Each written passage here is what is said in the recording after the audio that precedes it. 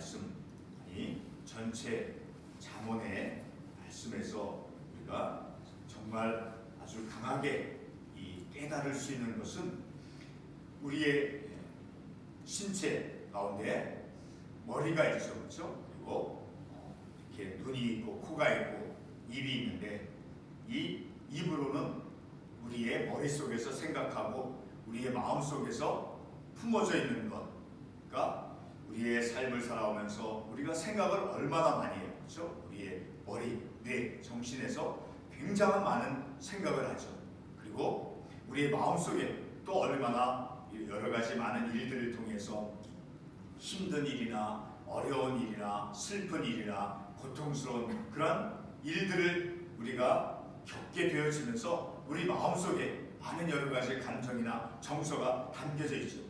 그 마음속에 담겨져 있는 것, 그리고 우리의 머릿속에서 우리의 생각 속에서 생각하는 것들이 어떻게 나옵니까? 어떻게 표출이 되어집니까? 우리의 입으로 입술을 통해서 생각하는 것, 마음에 품어져 있는 것이 입술을 통해서 입으로 바깥으로 드러나죠. 그렇죠? 바깥으로 표현이 되어지고 표출이 되어지죠. 그러니까 우리의 어떤 외적인 모양 생김새 이것은 그것이 중요한 것이 아니라 우리의 마음과 내 전체 인격 속에서 품어나는 것, 마치 화산의 그 화산, 살아있는 화산, 그 화산에서 엄청난 불을 품어내는 것처럼 우리 내 전체 인격, 내 삶 속에서 드러내주는 것, 그것이 내가 생각하고 내가 어떤 뜻하고 내가 의지하고 하는 이런 모든 것이 내 입술을 통해서 바깥으로 표현이 되어지고 표출이 되어지잖아요. 그것이 얼마나 중요한가를 이 잠언의 말씀에서, 그리고 오늘 본문의 말씀에서도 그렇게 거듭거듭 강조하면서 우리에게 가르쳐주고 있다는 거예요. 그러니 우리의 삶이 특별히 사람들과의 관계 속에서, 그리고 내가 나를 드러내고 표현할 때 우리의 입술을 통해서 말로써 표현하는 그것이 그냥 우리의 발걸음은, 우리의 손은 말을 이렇게 만들어내지 않죠, 그렇죠? 발도 우리가 어디를 갈 때 발도 어떤 것을 드러내지 않잖아요. 소리가 드러나는 것도 아니고. 그러나 유일하게 우리의 입술은 우리의 내 인격, 내 삶의 전체에 있는 그것을 드러내준다라는 거예요. 말을 통해서.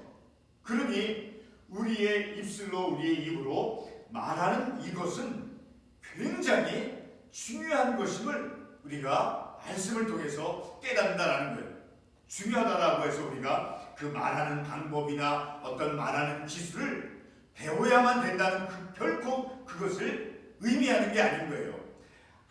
오늘도 우리가 마지막 절에 33절 말씀에 어떤 말씀이 나왔는가를 우리가 읽었습니까? 여호와를 경외하는 것은 지혜의 훈계라, 겸손은 존귀의 길잡이니라.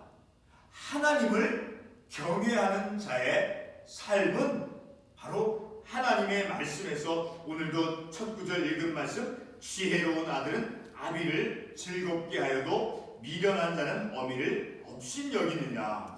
지혜로운 아들은 어떤 삶을 살아가냐. 자기를 낳은 부모님을 아버지를 즐겁게 하여도, 그것이 그러니까 우리가 하나님을 기뻐하는 삶을 살아간다. 시편 36편에 있는 말씀, 우리가 지난 수요일날 우리가 말씀을 통해서 잠깐 생각해 보았죠. 하나님을 기뻐하는 삶을, 하나님을 기쁘시게 하는 삶을 우리가 이 땅에서 어떻게 배우고 실천할 수 있겠습니까? 하나님께서는 우리에게 육신의 부모님, 그 육신의 부모님에게 하는 그것이 우리의 눈에 보이지 않는 그 하나님에게 하는 것임을 우리가 말씀을 통해서 깨달을 수 있어야 된다는 거예요. 지혜로운 아들은 아비를 즐겁게 하여도 미련한 자는 어미를 업신여기느냐. 다시 말하면 지혜롭니까? 하나님의 말씀대로 하나님의 말씀을 깨닫고 하나님의 말씀대로 순종하는 그 삶은 당연히 마땅히 육신의 부모님에게 효를 하고 공경을 하는 그 삶이 눈에 보이지 않는 하나님을 경외하는 삶의 한 부분이다라는 거예요.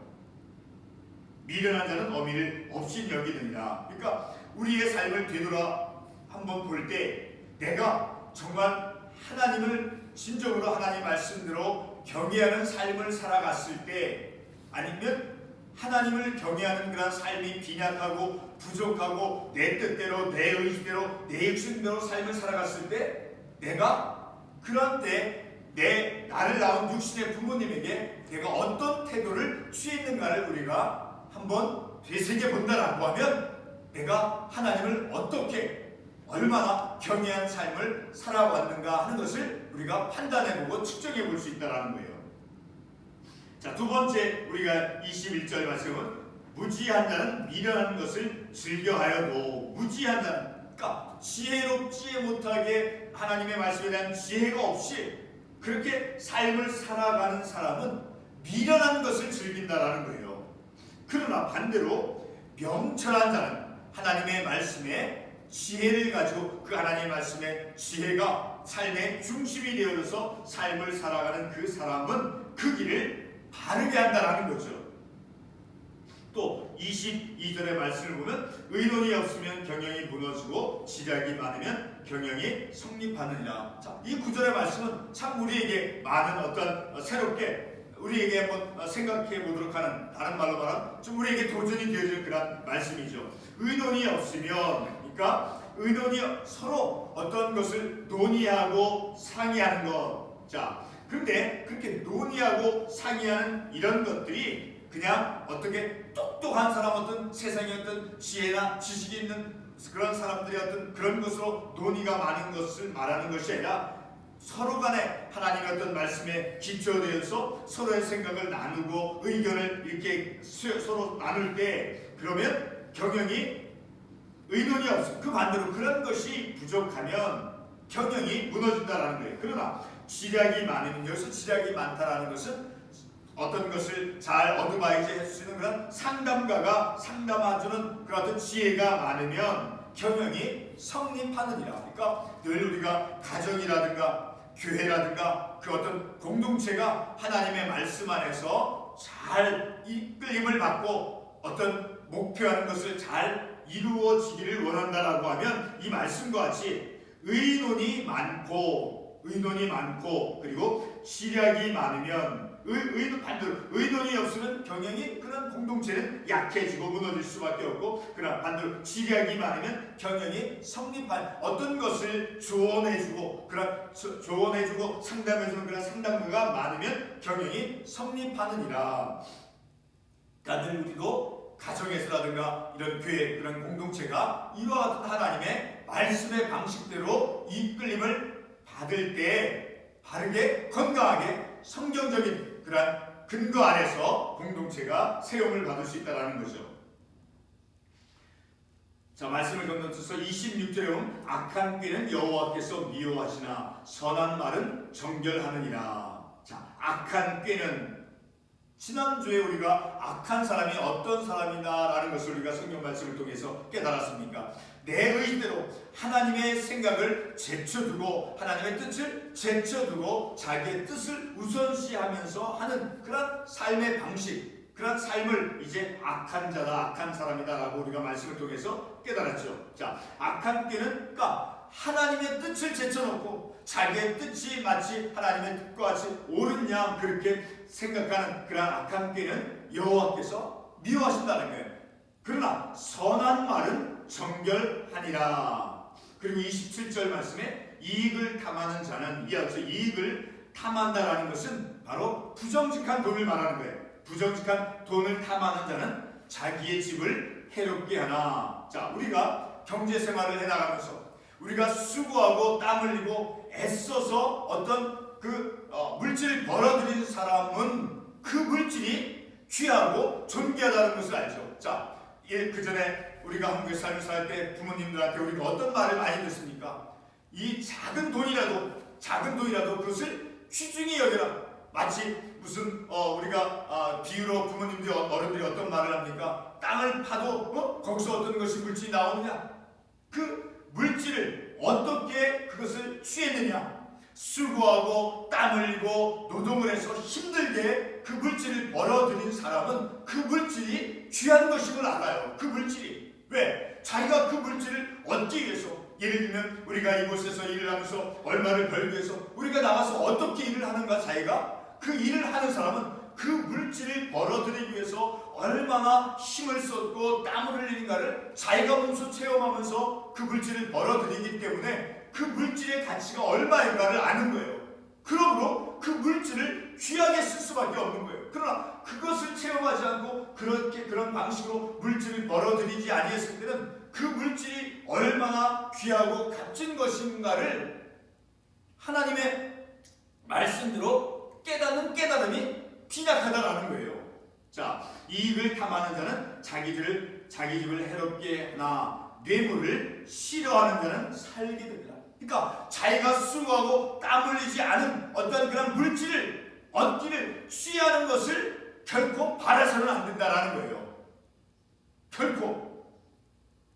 그러니까 우리가 이 사회 속에서, 이 세상에서 우리가 어떻게 물질을 취하고 어떤 방식으로 물질을 벌어들여야 되는가 하는 것을 이런 말씀을 통해서 우리가 얼마나 큰 교훈을 받는가라는 것을 우리가 생각해 볼 수 있다는 거예요.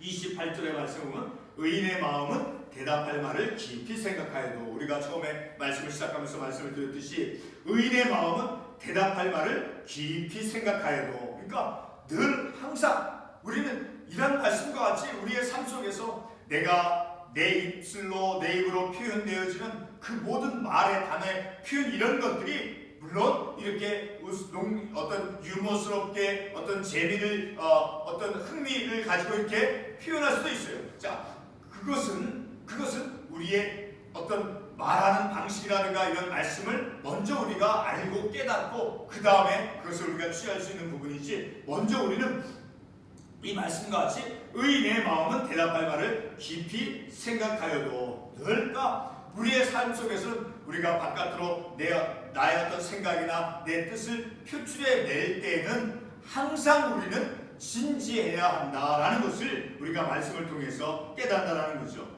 그리고 28절 하반부에 악인의 입은 악을 쏟느니라. 자, 그렇죠. 늘 어떤 꾀를 부리고 그리고 어떤 하나님의 말씀에 지식이 없이 자기의 의로움을 드러내면서 이렇게 삶을 살아가는 그런 삶의 어떤 모습을 가진 그런 사람들은 악을 쏟느니라.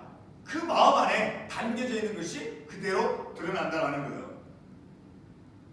29절 말씀에 여호와는 그래서 악인을 멀리하시고, 그렇죠. 하나님께서는 하나님이 싫어하시는 거예요. 악인은, 악한 자는, 자, 멀리하시고 반대로 의인의 기도를 들으시니라. 우리 잠언 15장 앞부분에 지난주에 봤던 15장 8절의 말씀에 보면 어떤 말씀이 있었습니까? 악인의 제사는 여호와께서 미워하셔도, 그러나 반대로 정직한 자의 기도는 하나님께서 기뻐하신다라고 말씀하고 있잖아요. 자, 우리 요한복음 9장 31절 말씀을 한번 가보겠습니다. 요한복음 9장 31절의 말씀을 보면 하나님이 죄인의 말을 듣지 아니하시고 경건하여 그의 뜻대로 행하는 자의 말은 들으시는 줄을 우리가 아나이다. 하나님이 죄인의 악한 자의 그런 기도, 악한 자의 말은 듣지 아니하시고, 그러나 경건하여 그의 뜻대로, 하나님의 뜻대로 행하는 자의 말은 하나님께서 들으시는 줄을 우리가 아나이다. 그러니까 하나님께서는 어떤 자의 그 소리, 어떤 삶을 살아가는 자의 소리에 귀를 기울이시는가, 늘 하나님의 말씀, 경건하여 그의 뜻대로 행하는 자의 말은 들으신다라는 거예요. 그렇다고 죄인이 기도하는 것, 회개하면서 기도하는 그것을 하나님이 안 들으신다 하는 그런 차원의 그런 의미의 말이 아니다라는 거예요. 자, 30절 말씀에 눈이 밝은 것은 마음을 기쁘게 하고, 그러니까 늘 우리 영적인 우리의 삶, 내가 어떤 것을 바라보고 어떤 태도와 어떤 내 자세를 가지고 바라보냐에 따라서 내 마음의 어떤 상태가 결정이 될 수 있다는 거예요. 눈이 밝은 것은 마음을 기쁘게 하고 좋은 기별은 뼈를 윤택하게 하느니라. 자, 32절 말씀에 보면 훈계받기를 싫어하는 자는 자기의 영혼을 경히 여깁니다. 늘 우리는 하나님의 말씀에, 하나님께서 말씀을 통해서 우리에게 어떤 잘못된 부분, 그릇된 부분, 그것을 말씀을 통해서 마치 채찍으로 이렇게 징계를 하는 것처럼 말씀으로 우리를 징계할 때, 왜? 하나님께서는 어떠한 사람을 징계한다라고 말씀에 기록되어 있습니까? 하나님께서 사랑하는 자를 징계하신다라고 말씀해 주셨잖아요. 그러므로 그런 하나님의 징계를, 우리는 징계를 받기를 즐겨할 수 있어야 된다는 거예요. 근데 그렇지 않고 그러한 징계나 그런 어떤 견책 이런 것을 싫어하는 사람은 어떤 모습이다라고 말씀하고 있습니까? 자기의 영혼을 경히 여깁니다. 그러니까 자기의 영혼을 귀히 여길 줄 아는 사람은 바로 하나님의 말씀, 견책, 징계를 달게 받아들인다라는 거죠. 자기가 누구이냐에 따라서 내 정체감을 바르게 잘 가지고 있을 때, 특별히 과거에 한국사에서 어떤 특별히 여성들에게 그 내가 누구냐에 따라서 다른 사람이 나에게 어떤 대할 때 아무렇게나 뭐 이렇게 신체적으로 어떤 성적으로 이렇게 할 때 바르게 내가 누구인가를 분명하게 내 자신을 확신하는 사람은 나에게 어떤 신체적으로나 정서적으로나 성적으로 어떤 것을 나에게 어떤 해롭게 할 때 금방 반응이 일어나죠. 그렇죠?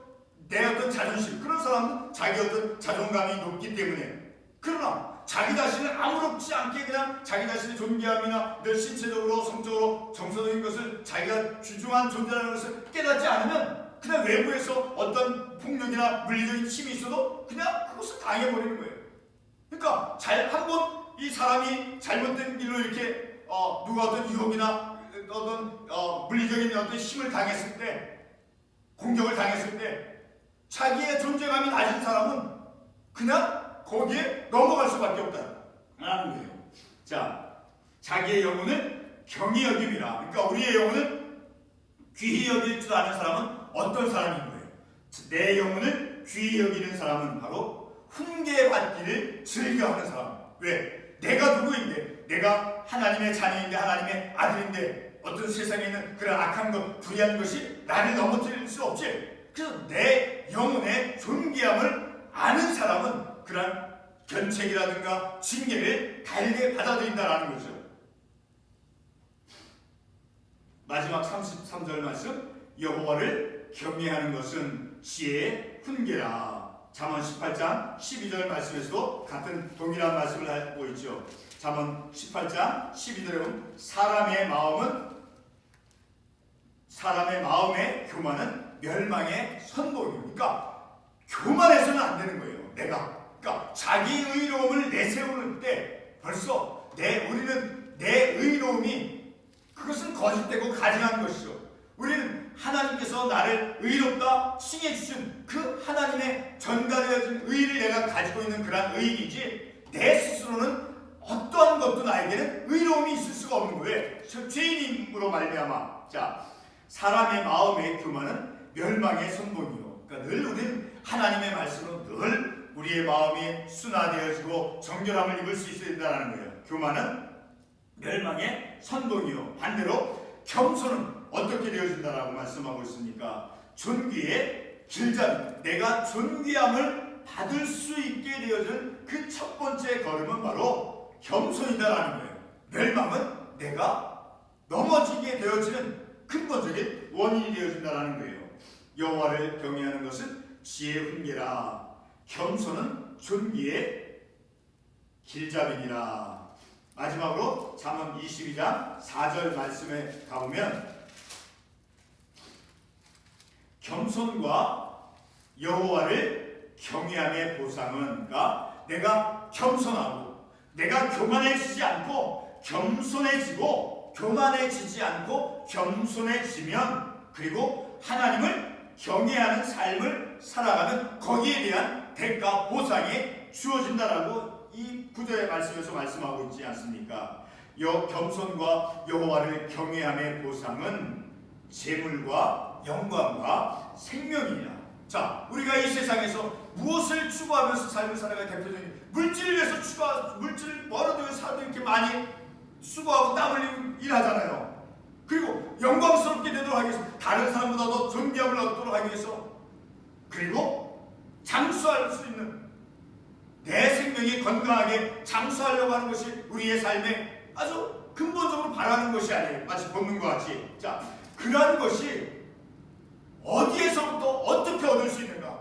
내가 물질을 주고 사올 수 있는 거의 생명을, 내가 영광을, 물론 물질이 많이 있을 때 그 물질을 어떻게 도네이션하고 하면 어떤 영광스러움을 얻을 수 있겠죠. 그러나 내가 하나님 앞에 겸손한 믿음의 삶을 살아가고 여호와를 경외하는 자로서 삶을 살아갈 때는 우리가 이 세상에서 필요한 그 모든 것을, 그래서 시편 그 말씀에서 우리가 수요일에 본 말씀은 하나님을 의뢰하고 하나님을 의지할 때 내 길을 바르게 인도하신다고 말씀해 주었잖아요. 바로 겸손하고 여호와를 경외하는 삶에 대한 보상, 우리가 필요로 하고 우리가 추구하는 어떤 물질, 재물, 영광과 생명을 하나님께서 우리에게 겸손한 자의 삶에, 그리고 여호와를 경외하는 자의 삶에 하나님께서 채워주시고 보상해 주신다라는 이 말씀. 그러므로 우리는 이 마지막 절 말씀이 결론이 말씀인 거예요. 하나님을 경외하는 자로서 삶을 살아가는, 그것이 마땅한 우리의 삶의 본분이요, 우리가 이 땅 가운데서 반드시 배우고 실천하고 그러한 여호와를 경외하는 삶을 우리가 이루어가면서 삶을 살아가는 것이, 우리가 이 세상에 어린아이로 태어나서 이제 땅에 묻히는 그 시간까지 한평생의 삶을 하나님을 경외하는 자로서 삶을 살다 천국의 하나님 품에 안기는 그런 삶을 살아가야 된다는 거예요. 기도하겠습니다.